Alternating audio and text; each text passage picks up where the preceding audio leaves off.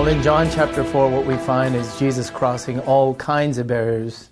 In particular, I concentrate on two. He crossed theological and racial barriers. And make no mistake, both are interrelated vitally.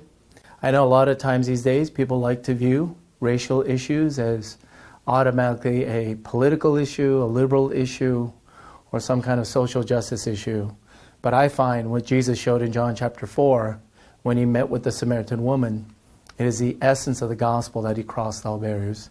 So in my seminar, what I try to address is before we answer the question of how we get the gospel to other people, I try to answer the question, what gets in the way of the gospel getting to me first? In other words, before we try to get the gospel to people of other races, I try to share of how the gospel, I try to share what got in the way of the gospel getting to my own heart first.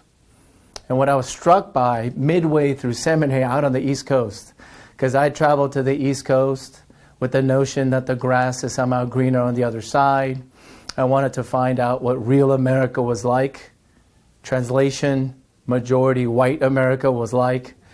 And I found that the grass is nearly not that greener on the other side. And in a seminary class, one of the professors shared, really off the side, but it struck such a chord in my heart. He asked us, the Church of Jesus Christ should be the last place in which you should feel like you have to be anything more this or that to be totally loved and secure in the gospel. Sirens went off in my head, a fire erupted in my heart, and I was convicted.